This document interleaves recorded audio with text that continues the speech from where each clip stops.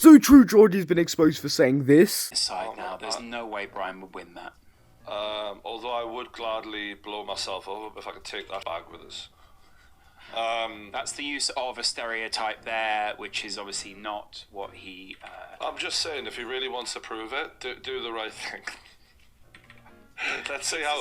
It's a stereotype. Let's see how about that life you really are. Now, this is just quite clearly Islamophobic, but Andrew Tate did respond to this quite angrily, in fact. There's very few people I personally dislike. One of them is True Geordie. Anyone who's followed me long enough understands why. He's very insulting, fat, vulgar. He's a dickhead. He's an unlikable person. He's not very smart. He's stupid. He has a little girlfriend who sits next to him.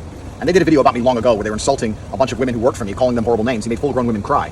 I replied and said that's a horrible thing to do and he should apologize. He refused to apologize because he was full of hate. Turns out the man was full of hate because he ended up begging for dildos off of a woman. The screenshots were leaked of him begging for dildos, begging to suck on them, begging to be cheated on because he likes to be dominated by females. He sits there, fat. That's why he eats so much, to try and pretend he's bigger than he is. He sits there fat, trying to convince the world it's muscle, and that he's a tough guy. But truthfully, he begs to be dominated by females. So this person's genuinely a piece of shit. And now, after me converting to Islam, he made a piece on one of his podcasts saying that I'm not true in my conversion, and then insulted all Muslims. Then the Muslims blow themselves up. And I should go blow myself up. We should all blow ourselves up, making fucking racist comments about an entire religion as if that's somehow funny. There are certain times in life you need to know when to shut the fuck up. There are certain things which are not funny. Certain things are not beyond reprisal. You don't sit and insult a man's religion. Just like you don't insult a man's entire company and the people who work for him. That's one thing. But to insult my religion, and the religion of billions of people across the fucking planet, making ignorant jokes about fucking blowing ourselves up, thinking that's going to go without consequence. You're going to learn very quickly, my friend. That was a mistake.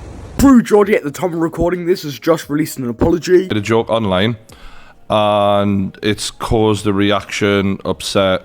People are not happy with it. So me and Lars wanted to come on here, talk about it amongst ourselves. We were on the stream at the time that the joke was said by me. Wasn't Lawrence's joke, was my joke, just to be absolutely clear. Just to sort of give context for it, an old friend of mine, we'll call him Mr. Potato Head for the sake of this podcast, because I know you'd be desperate for me to say his name. That sounds trivial, but it's not. It's just the way he is. He recently claimed to have joined Islam. Now, given some of his previous statements that absolutely contradict what a lot of Islam is about, I definitely didn't believe a lot of what I was hearing from the internet. I made a joke in questioning that newfound faith of his that conveniently comes at a time when he needs as many supporters as he can get. It was a stupid joke.